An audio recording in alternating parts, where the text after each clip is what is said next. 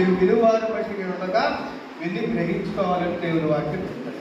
అంత మాత్రమే కాకుండా విన్న వాక్యాన్ని ఏం చేయాలి, మనం ధ్యానం చేసుకోవాలి. అదే మొదటి చెప్తున్నాను. ఏమనుందండి, దివారాత్రము దానిని ధ్యానించువాడు అతడు నీటి కాలంలో వారు నాటబడినదై ఆకువాడక తన కాలమందు ఫలమిచ్చు చుట్టూ వలె ఏవేవో జ్ఞాపకం చేసుకుంటూ అయి కాదు, కానీ దేవుని వాక్యం జ్ఞాపకం చేసుకుంటూ దాన్ని ధ్యానించుకుంటుంటే ఆత్మీయంగా అభివృద్ధి చెందుతాం. దేవుని స్తోత్రం. నీటి కాలంలో ఉన్నటువంటి చెట్లు ఎవరు నీళ్ళైపోయినా అప్పుడు మన పక్కన కాలంలో ఆ వార చెట్లు ఎంతో పచ్చగా ఫలిస్తూ ఉంటాయి. అలా మనం కూడా పిల్లరా ఫలిస్తాం ఎప్పుడు దేవుని వాక్యాన్ని ధ్యానించుకున్నప్పుడు. పిల్లలు చూడండి, మొట్టమొదట తిరిగి లేచిన యేసుక్రీస్తు ప్రభువారు ఏమండి వారిని లేవడమే కాదు, ఆ దూత చెప్పినప్పుడు వారు మొట్టమొదట సువార్తను ప్రకటించారు. ఎవరు ప్రకటించారు? శిష్యులకు ప్రకటించారు. యేసు ప్రభువారు లేచారు, గలిలయ వస్తున్నారని శిష్యులకు ప్రకటించారు.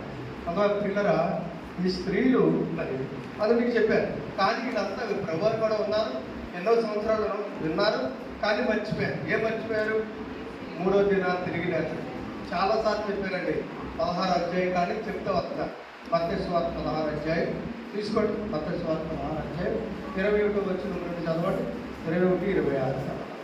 మత్తయి సువార్త 16 అధ్యాయం కొన్ని వచనాలు తెలుసుకుని నేను మీకు చూపించాను. విన్నారు? మత్తయి సువార్త 16 అధ్యాయం అంతే అప్పటి బయట తీసుకురా.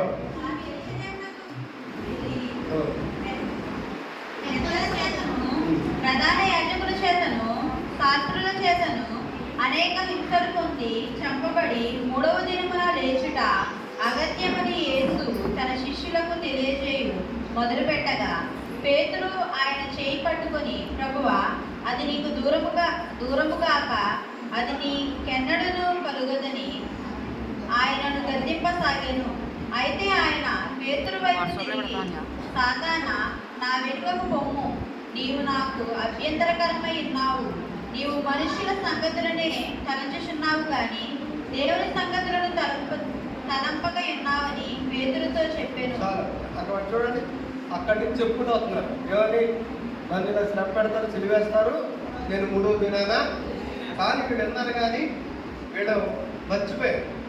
ఏమేమి చెప్పేవాడు? ఎవరు కూడా ఉన్నారు? వాళ్ళు యేసుప్రభువారు కూడా ఉన్నారు. కాబట్టి యేసుప్రభువారు సువార్త ఎక్కువ.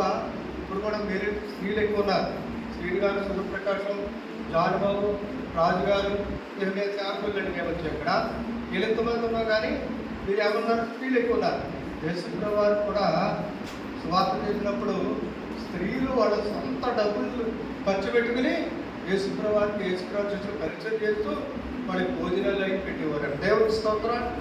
యేసుప్రభువారిని చూడండి, ఇప్పుడు దేనికి వచ్చినా రాపోయినా ఎవరైనా చనిపోయినటువంటి జనమందరూ వస్తారా రారా? ఎవరు వస్తారారండి. కానీ యేసుప్రభువారిని చనిపోయి సమాధి చేయడానికి ఎంతోమంది మగవాళ్ళు, శిష్యులు కూడా ఏమైపోయారు? మారిపోయారు. శిష్యులు కూడా ఏమైనారండి? తల్లి బాధ్యత తప్పుకుని ఆరు కూడా వెళ్ళిపోయారు. పేతురు కూడా ఎప్పుడండి, ఎప్పటి వరకు ఉన్నాడు? ప్రభు చెప్పాడు, నువ్వు ఈ రాత్రి కొడుకు మీకు ముందు కుమారు అబద్ధం, అది నెరవేరేదాకా ఉన్నాడు. పేతురు కూడా వెళ్ళిపోయారు, శిష్యులందరూ వెళ్ళిపోయారు. కానీ ఎంతమంది సమాధి చేశారు చెప్పండి? ఊరికి అడుగుతారు, మీకు ఉంటున్నారు. ఎంతమంది సమాధి చేశారు? యేసుప్రభువారు మగవాళ్ళు, పురుషులు అంటే మగవాళ్ళు అంటే మగవాళ్ళు మాట్లాడుతున్నారు. పురుషులు ఎంతమంది సమాధి చేశారు? ఏంటి ఇలా అడుగుతున్నారు? ఇలా కనుకుంటారా అనుకుంటున్నారా అండి? చూడండి, మీరు మాట్లాడుకుంటారంటే చూడండి, వాక్యం గురించి మాట్లాడుకుంటున్నారు. ఎంతమంది పురుషుల్లో అర్థమవుతుందా? అది టైం ఉందా? కదా టైం ఉందంటే ఎంతమంది సమాధి చేశారు? ఎంతమంది సమాధి ఎవరైనా చెప్తారంటే చాలా మంది వెళ్తారు. అందరూ వెళ్ళరా? ఎక్కడ కలిసినా కలవకపోయినా అక్కడ కలుగుతారు అవునరా? కానీ ప్రభువారిని పురుషుల్లో ఎంతమంది సమాధి? శిష్యులు అలా మారిపోయారు. శిష్యులు వెళ్ళిపోయారు. స్త్రీలు దూరంగా ఉండి చూస్తారు. 4 సువార్తలు చదువుకోవాలి. రెడీ? స్త్రీలు ప్రభువారిని వెంబడించిన స్త్రీలు, వాళ్ళైనా ఏ స్త్రీలు అని చెప్తారు. లోకా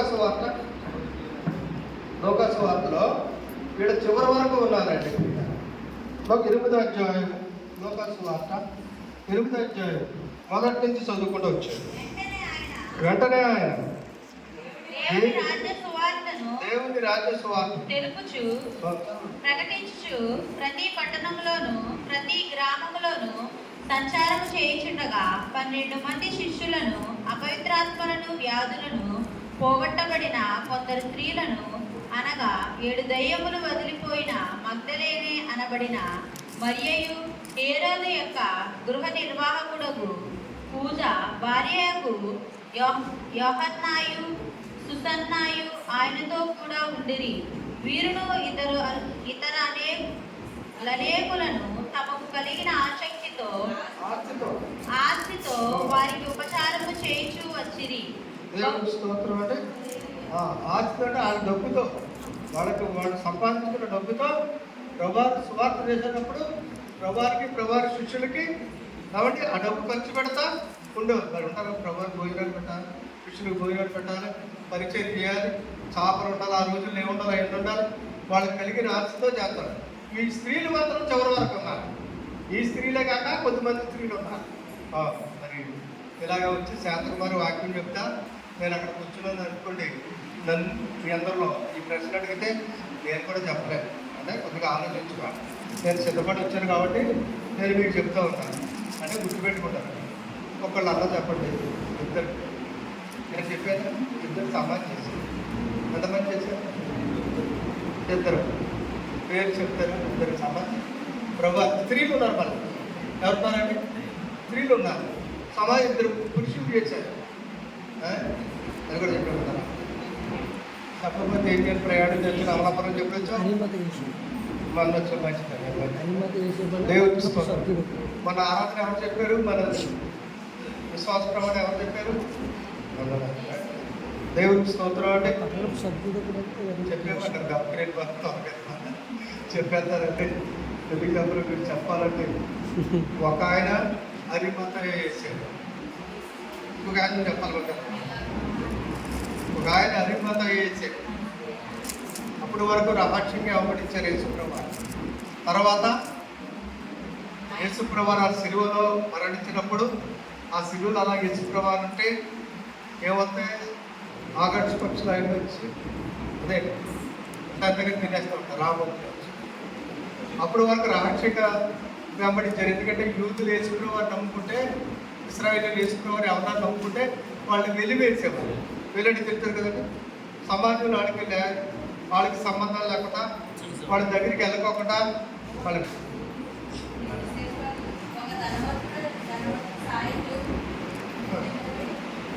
నేను అక్కడ చెప్పానండి.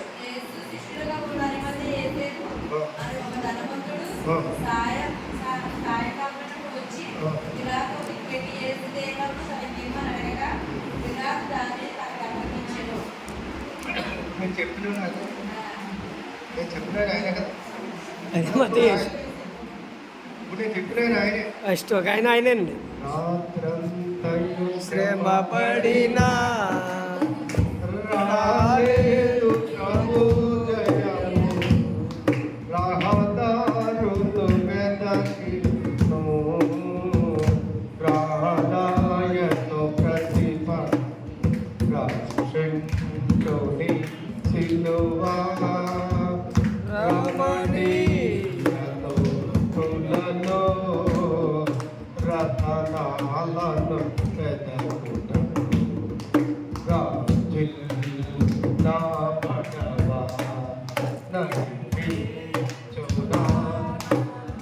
దేవుని స్తోత్రం. మీకు ఇంకా నేనే చెప్పేస్తాను. నేను అంతసేపు ఇంకా పెట్టినాక చెప్పాను, గుర్తుపెట్టుకోండి అంతే. ఇంకొక ఆయన అండి మీకు తెలుసు, చెప్పట్లేదు, మీ మనసులో పడుతున్నారు రాట్లదా కాదు. శిష్యులు లేరు కాదు. ముందు బాగా చెప్పారు.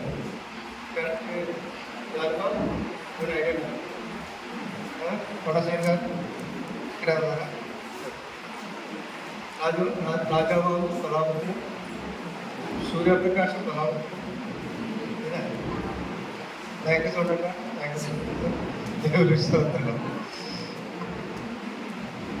నికోదేము రెండు షేర్లు 150 షేర్లు అందరూ తీసుకొచ్చారు. ప్రభా దేహాన్ని పుట్టారు. ఏంటి చనిపోయిన తర్వాత ఇప్పుడు యోహాను సువార్త అరిమత యేసు తీశారు చూడండి, 38 దాని కింద ఉంటుంది చూడండి. యోహాను సువార్త 19:38 ఆ? 19:38 19:37 చూడండి. 19 సిలువ పేర్చి తెచ్చింది అరిమత యేసేపు. తర్వాత మొదటి రాత్రి వెళ్ళంటే 39 అండి. 39 చదువు 39 వరకు నేను చెప్పేస్తున్నాను ఇక్కడ. ఆయన ఎంతకు వచ్చినాం నికోదేము కూడా కలిపిన అగర్ రమారమి 150 షేర్ల 150 షేర్లు తెచ్చి ప్రభువారు దేహాన్ని కూర్చి వీళ్ళిద్దరూ ఆ సమాధికి వీడికి ఎవరున్నారు అన్నారు. అది వెరీ గుడ్, దేవుని స్తోత్రం. ఎవరున్నారంటే స్త్రీలు ఉన్నారు. కాబట్టి మరి మీకు ముందు ఆఫ్టర్ సారిగా చెప్పారు. మీరు కూడా కొంచెం వాక్యాన్ని అంటే ఇది ఒక ఈస్టర్ పంటకి ఎక్కువ ఉంటాం కాబట్టి మిమ్మల్ని వదిలేస్తాను లేదు. ఒక ఈస్టర్ పంటకి ఎక్కువ ఉంటాం కాబట్టి దీన్ని గ్రహించుకోలేదు. మంచిది ప్రియులారా. అయితే ఇక్కడ మనం చదువుకునే వాక్యం దగ్గర పోదాం. మత్తయి సువార్త 20వ అధ్యాయంలో ఆయన లేచి ఉన్నాడు అని చెప్పారు కదా. ఏమని చెప్పారండి? ఆయన ఇద్దరేనండి సమాధి చేసినటువంటి వాడు ఎవరండి? అరిమత యేసేపు, నికోదేము. ప్రభువారు వాళ్ళిద్దరూ ప్రభువారి సమాధి దేహాన్ని పట్టుకుని వాటితో పాటు కూడా ఎవరున్నారండి? స్త్రీలుండి. మీ స్త్రీల గురించి చెప్పారు కదా. ఎవరు? భక్తులేని మరి వేరొక మరి వార్త సూసన్న, ఆ పేరు అబ్రహాం కూతురికి పెట్టారు. ఏ పేరండి? సూసన్న. ప్రియులారా, ఎంత కూతురికి పెట్టావు ఆ పేరు. కాబట్టి ఇలాంటి వాళ్ళందరూ వెళ్ళి ప్రభువాన్ని సమాధి చేశారు. అయితే వాళ్ళ ఆచార పద్ధతుల ప్రకారం 3వ దినమున మత్తయి సువార్తలో మనం చూసుకుంటే వీళ్ళిద్దరూ వెళ్ళారు. అక్కడ మార్కు సువార్త చూడండి, ఈ ముగ్గురు వెళ్ళారు. తర్వాత ఇంకా కలిసారు. ఎందుకు వెళ్ళారంటే సుగంధ ద్రవ్యాలు పోయటానికి. దేవునికి స్తోత్రాన్ని రాయి పోయిన కొండ సమాధి కూడా ఇలాంటి నడుచుంటుంది. గదిలో కనబడుతుంది కదండి. ఎలా ఉంటుంది? కింద ఉండవు, మనకంటే పట్టిస్తాం. ఇలాంటి కొండలు పెడుతూ అందులో పెట్టి మూత పెట్టేస్తారు కదండి. అర్థమవుతుందా?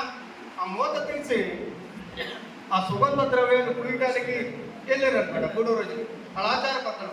అప్పటికే ప్రభువారు లేచున్నారు. దేవునికి స్తోత్రాలు. అప్పటికే ప్రభువారు లేచున్నారు. ప్రభువారు లేకపోతే ఎవరు నమ్మకక్కర్లేదండి. ప్రభువారు లేచిన వల్లే మనకు ధైర్యం. ఎవరైతే క్రీస్తు ప్రభులో ఉన్నారో, ప్రభువారు ఎలా చనిపోయి తిరిగి లేచారో ప్రభువారు వచ్చినప్పుడు లేస్తారు. దేవునికి స్తోత్రాలు. ఆ లేవాలంటే మనం ఏం చేయాలండి? ఆ మగ్ధలేని మరియా, వేరొక మరియా, ఆ సుసన్న, ఇంకా వెళ్ళిన వాళ్ళలాగా పెందల కాడ ఎక్కడికి రావాలి? దేవాలయం. ఎక్కడికి రావాలంటే ఇప్పుడు ప్రతిదీ లెక్కలో వస్తుంది. ఎప్పుడు వస్తున్నాము, ఎప్పుడు వెళ్తున్నాము, ఇవన్నీ కూడా వస్తాయి. కాబట్టి మరి ఎవరు పెందలాడ వస్తారో వాళ్ళు దేవుడికి ఇష్టం. చూడండి, పెందలాడి మన మగ్ధలేని మరియకు అక్కడ ఉన్న వారికి ప్రభువారు లేచారని దూత తెలపడమే కాకుండా ప్రభువారు ఏడుస్తున్న మగ్ధలేని మరియను ఓదార్చుతారు. యోహాను సువార్తలోకి రండి. చివరిలో మగ్ధలేని మరియ సమాధి దగ్గర ఏడుస్తూ ఉంటారు. చివరికి వచ్చేసేయండి. మగ్ధలేని మరి దగ్గర మరియ ఏడుస్తూ ఉంటుంది. అప్పుడు ప్రభువారు మాట్లాడుతున్న ఎందుకు ఏడుస్తున్నావు అంటారు. ఒకసారి తీసుకురండి పిల్లరా. చెప్తాను ఒకసారి చూడండి. అమ్మా ఒకసారి తెచ్చుకోండి. అయితే ఎంత వచ్చినా 13 వారు అమ్మా ఎందుకు ఏడుచున్నావని ఆమెను అడుగగా ఆమె నా ప్రభువు ఎవరో ఎత్తుకొని పోయి ఆయనను ఎక్కడ ఉంచారో నాకు తెలియలేదని చెప్పాను. ఆమె ఈ మాట చెప్పి వెనుక తట్టు తిరిగి చూచెను గాని ఒకసారి 11 గంటలు చదువుతారు. ఎవరు అన్నారు 11 గంటలు? అయితే మరియా సమాధి బయట నిలిచి ఏడ్చుచుండెను. ఆమె ఏడ్చుచు సమాధిలో వంగి చూడగా తెల్లని వస్త్రములు ధరించిన 2 దేవదూతలు యేసు దేహము ఉంచబడిన దేహం ఉంచబడిన స్థలములో తల వైపున ఒకడును కాళ్ళ వైపున ఒకడును కూర్చి నిండుట కనబడెను. దేవునికి స్తోత్రం అండి. వారు అమ్మ ఎందుకు ఏడ్చుచున్నావు ఆమెను అడుగగా ఆమె నా ప్రభువును ఎవరో ఎత్తుకొని పోయిరి, ఆయనను ఎక్కడ ఉంచినో నాకు తెలియలేదని చెప్పెను. ఆమె ఈ మాట చెప్పి వెనుక తట్టు తిరిగి యేసు నిలిచియుండుట చూచెను గాని ఆయన యేసుని గుర్తుపట్టలేదు.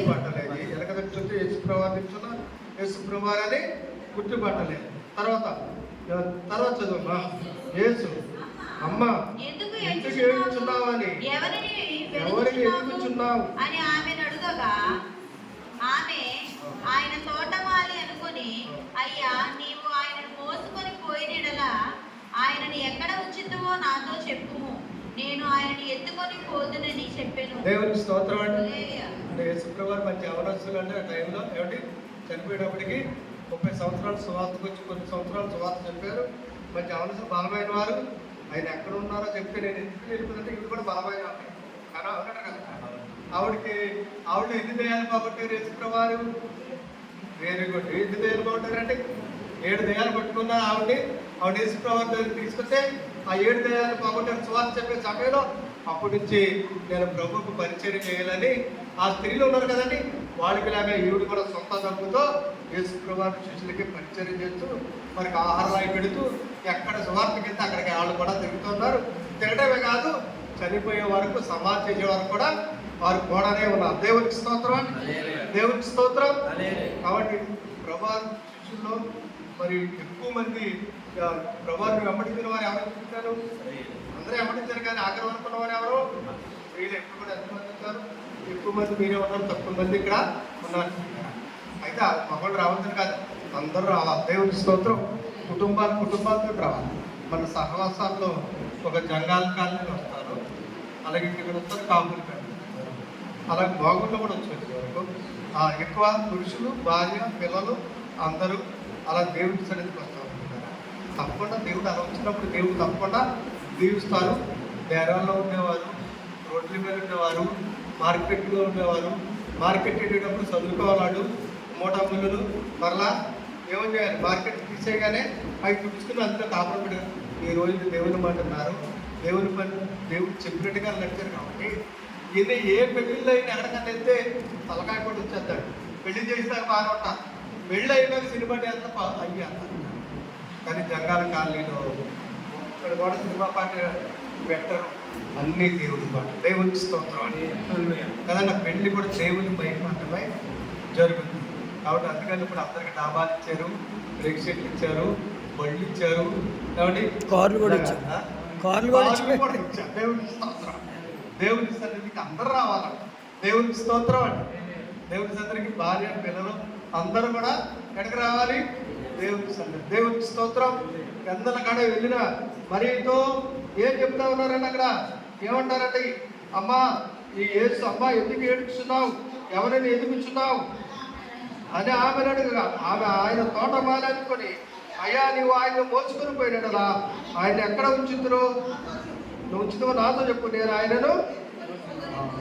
యేసు ఆమెను చూచి మరియా అని ఆమె ఆయన వైపు తిరిగి ప్రభుని ఏమని చెప్పారండి? ప్రభుని అంటే బోధకుడా. ఎవరండి? ఇంకా మొదట ప్రభు లేచిన తర్వాత యోహాను సువార్త ప్రకారంగా మగ్దలేని మరియు మాట. దేవుని స్తోత్రం. నీతో నాతో కూడా యేసు ప్రభువారు రావాలంటే ఇప్పుడు రావాలంటే మనం పెద్దలాగా దేవుని సన్నిధికి రావాలి. ఎన్ని పనులన్నీ ఉంటాయండి. పనుల్లో ఎవరంటే పెచ్చాడు ఉండి నుంచి బీమారం రాళ్ళ ముట్టెట్టుకుని అటు ఇటు వెళ్ళిపోతాయి. ఎవరు డబ్బు అనుకుంటుందో ఏమనుకుంటుందో అలాగే ఇక్కడి నుంచి అక్కడికి వెళ్ళిపోతాయి. ఆవిడకి అదే పని. క్రీడారా పనిలోనే ఎవరున్నట్టు ఏదో పని ఉంటుంది కదా, ఏదో పని. కానీ దేవుని సన్నిధికి రా. ఎప్పుడు దేవుని సన్నిధిలో మనం వచ్చామంటే చూడండి, 2-3 ఎప్పుడైతే వచ్చేసారు ఇక్కడికి, అప్పుడు ప్రభువారు మన మధ్యలో ఉంటారు. దేవుని స్తోత్రం. దేవుని వాక్యాన్ని నమ్మాలి. ఏలైనగా 2-3 నామమున ఎక్కడ కూడి ఉంటుందో వారి మధ్యలో నేను తప్పకుండా ప్రభువారు ఉంటారు. ప్రభువారు మనం దీవించాలంటే మనం ఎప్పుడు రావాలి? పెద్దనాడు. ఎప్పుడు రావాలి? పెద్దనాడు. ఎవరైనా చదువుకుంటున్నారు కదా, వీళ్ళు నారాయణ స్కూలే పక్కనే. టయానికంటే లేట్కి వెళ్తాడండి, లోపలికి ఎలా చేస్తారా? బయట నిలబెట్టారు, చేయనట్టు దగ్గరికి ఆయన ఇష్టం వచ్చినాడు. దేవుని సన్నిధి అడగనుకుంటారు, ప్రతిదీ లెక్కలోకి వెళ్తాం, ప్రతిదీ తీర్పులోకి వస్తుంది. కాబట్టి దేవుని సన్నిధి పెద్దలాంటి రావాలి. దేవుని పని మనం చేస్తే మన పని దేవుడు చేస్తాడు. దేవునికి మనం వస్తే మగ్ధలేని మరియతో మాట్లాడినటువంటి ఆ ప్రభువారు మనతో కూడా మాట్లాడతారు. ఆ ప్రభువారు మనతో ఉన్నారంటే ఈ లోకములు ఏది మనకు అక్కర్లా. కీర్తనాకారుడు అంటారు, ఆకాశం వద్ద నువ్వు నాకుండగా ఈ లోకములో నాకు ఏది కూడా అక్కర్లేదు. ప్రభు మనతో ఉంటే ఈ లోకంలో ఏది కూడా మనకే అక్కర్లా. ఎప్పుడు ప్రభు మన ప్రార్థన ఆలకిస్తారంటే, కీర్తనలు చదువుకుంటూ వస్తున్నాం, ఎన్నో సంవత్సరాలు బట్టి వస్తున్నాం, నిజముగా ప్రార్థన చేసేవారికి ఆయన సమీపంగా అలా నిజమైన భక్తి చేద్దాం. దేవుడి సన్నిధికి వెళ్దాం, దాన్ని పెద్దలాడే వద్దాం, దేవుని ఆశీర్వాదం పొందుకుందాం. దేవుని వాక్యం దేవుడి ఆమె.